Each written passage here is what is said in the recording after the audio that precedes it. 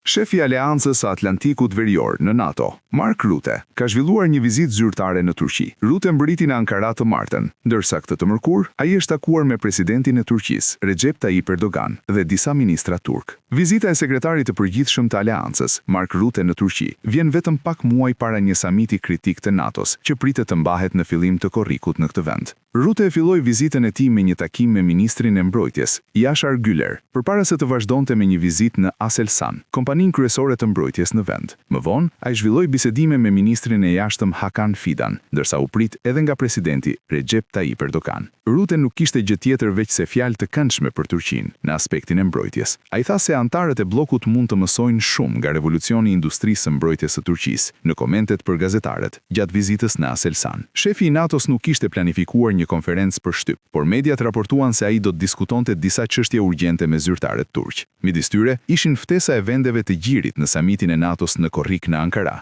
dhe forcimi i bashkëpunimit rajonal për të rritur ndikimin e bllokut. Ftesa për gjirin vjen pasi disa vende në rajon vuajtën nga sulmet e Iranit në përgjigje të sulmeve të SBA-s dhe Izraelit ndaj Iranit. Një çështje tjetër në tryez ishte pjesëmarrja në samit nga presidenti i SBA-s, Donald Trump, komentet të cilit për Aleancën shënuan një përçarje të madhe midis vendit të tij dhe Aleancës që ajo drejtonte. Takimi i Rutte do të përqendrohet gjithashtu në blerjen e avionëve luftarak F-35 nga SBA-t, nga Turqia, e cila ishte bllokuar prej kohësh në administratën e mëparshme amerikane. Përveç kësaj, bisedimet e Rutte do të përqendrohen në krijimin e një strukture shumë kombëtare të udhëhequr nga Franca dhe Mbretëria e Bashkuar për sigurinë e ngushtisë së Hormuzit dhe pjesëmarrjen e mundshme të Turqisë në strukturë.